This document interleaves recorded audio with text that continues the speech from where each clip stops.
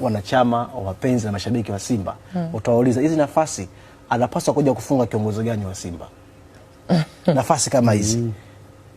Nafasi ambazo Simba wamezipata katika ligi mabingwa msimu, big chance ambazo hazikuweza kutumiwa. Ni nafasi ambazo anapaswa kufunga kiongozi gani wa Simba kwenye mchezo. Yaani kiongozi gani atoke jukwani juu aje afunge nafasi kama hizi za wazi.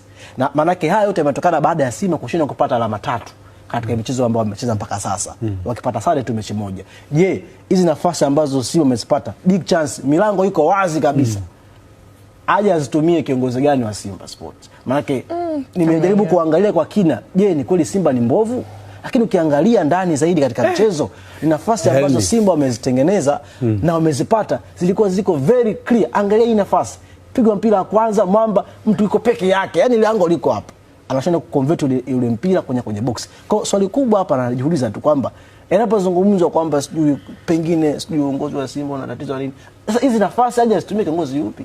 Kwa mimi ukiniambia mimi Simba nitakwambia ni kwamba uongozi mzima wa Simba Sport Club na upongeza kwenye kila nyakati ambazo wanazipitia kuwa imara na kuwa thabiti, ila wanaangusha nyota wao ambao wako kwa mchezoni.